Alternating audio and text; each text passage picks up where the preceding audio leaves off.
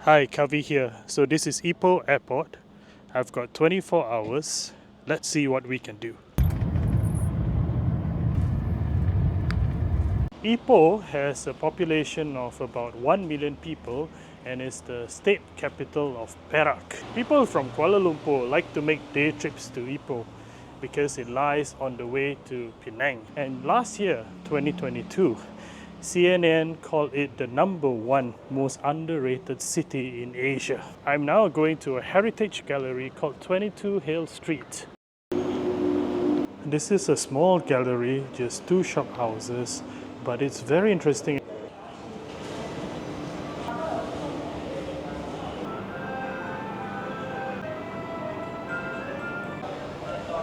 Ipoh white coffee, famous. After a great fire in 1892, Ipoh was rebuilt with lanes of shop houses.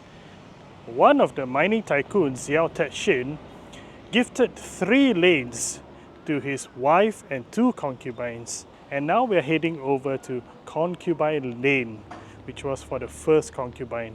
Welcome to Concubine Lane. It has been around since 1908 and used to have opium dens, prostitution and gambling. A map of heritage sites in Old Town Ipoh. Come, I'll show you one of my favorite buildings in Malaysia, the Ipoh Railway Station. Built in 1917, we call this the Taj Mahal of Perak.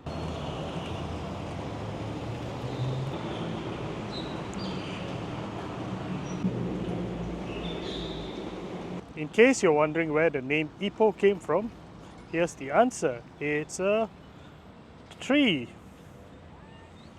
That's Ipoh's old city hall. This is a memorial to J.W.W. Birch, the first British resident in Perak, meaning Britain's top guy during the colonial era. Birch was actually murdered in a local uprising that we remember in our history books.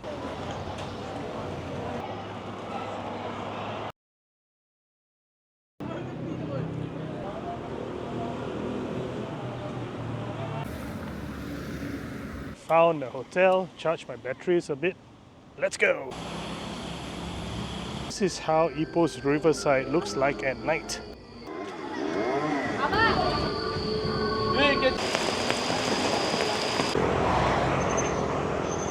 I'm entering a famous Hindu temple dedicated to Lord Murugan, the Tamil god of war.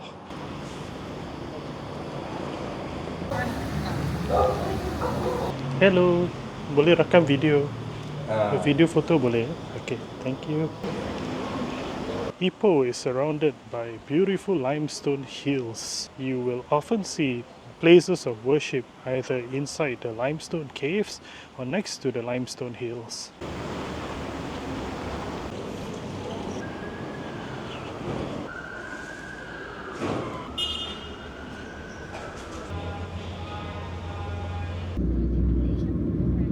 In Ipoh, just take right from Grab only, you don't need to think.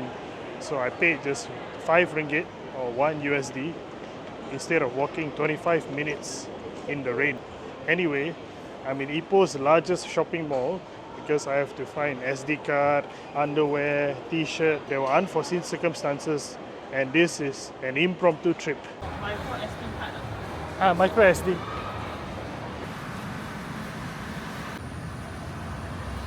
This is the school that Academy Award winner Michelle Yeoh went to. St. Michael's Catholic Church, the oldest church in Ipoh.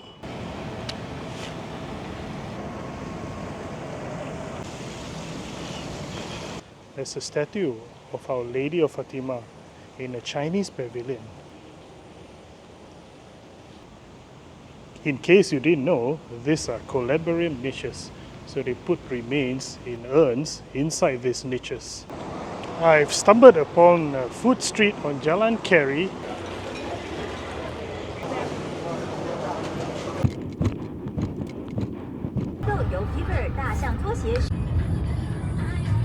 Good morning. Ipoh has 30 limestone temples, starting with the most famous one, Perak Cave Temple.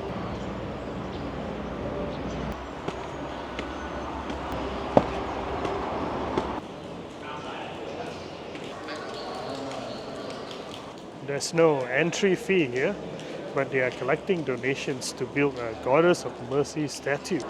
Fortune teller.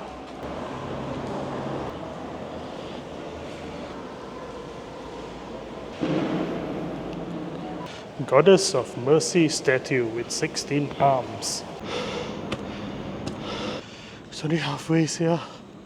I think I've reached the top. Let's go take a walk around.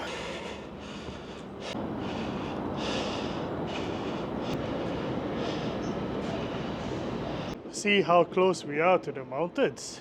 This is why a lot of people, including myself, think that Ipoh is a great place to retire.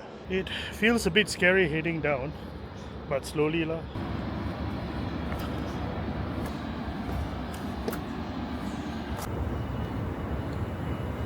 Hi, I'm back in Ipoh town. Let me show you some things that people like to eat and buy back as snacks. This place has very famous tau fu fa and tau chiong sui, soya bean curd and soya bean curd drink. Tau chiong sui, 几个鸡？sai chi yak chi. 好啊，三分啦，好，谢谢你。 I'm gonna pick up some kaya kok, kaya puffs.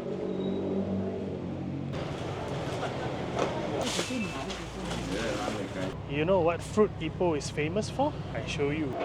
過咗年未過年，冇咗專業。甜㗎啦。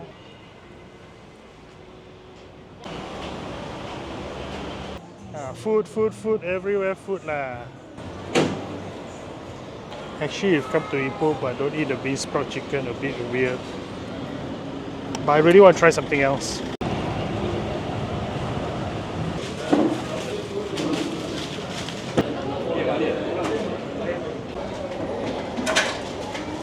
What I just had was nasi ganja. Name only lah, where got ganja? Or maybe got. In 2021, there was a famous case where a helicopter landed in Padang Ipoh, the field we were at yesterday. And then he went and took away 36 packets of nasi ganja and flew it back to Kuala Lumpur, apparently for a wealthy client. The pilot was charged after that for unauthorized landing. Lots of funeral parlors on this street.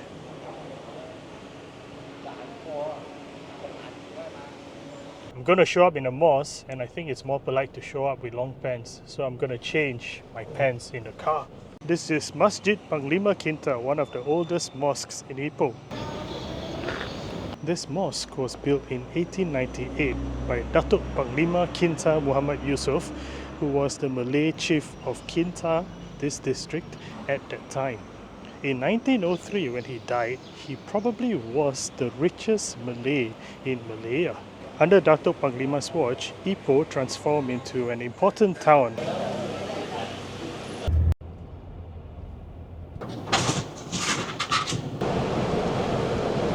I'm now going to Qing Ling, Chinese name for Serene Hill.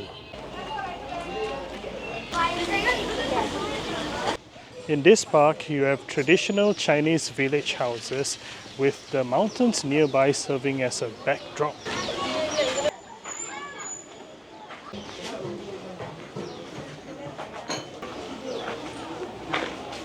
So you get here Malay home, Chinese home in front, a wishing tree,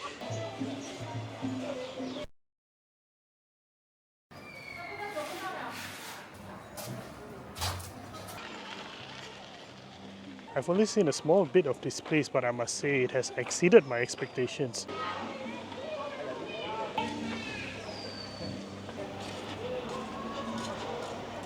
This part here you tell me is overseas, so I believe, you know.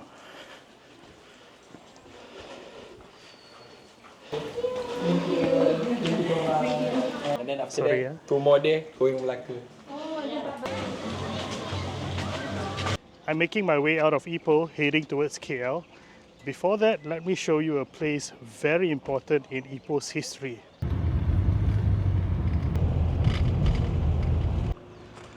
"27 kilometers south of Ipoh town is Malaysia's last remaining tin dredge.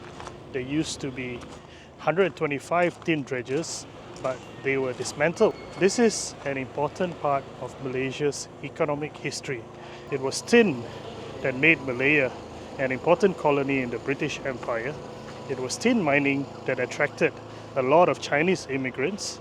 Tin mining was important to the development of many cities like Kuala Lumpur and Ipoh.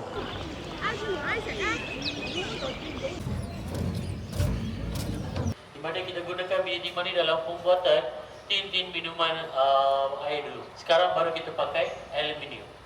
Okay, and then biji timah juga digunakan dalam pembuatan peluru senjata api, to making bullet for the weapon. Kita ada 115 bucket, okay, yang boleh memuat sedalam 33 meter. And they call the biji timah as a black gold. Okay, and then Ipoh dikenali sebagai bandar jutawan. Negeri Perak merupakan negeri pertama yang pakai kereta dalam Malaysia. Dan kita panggil storage tank. Dekat sini kita simpan biji timah. So is Ipoh really the most underrated city in Asia? Let me know in the comments. That's all for now. See you at the next video.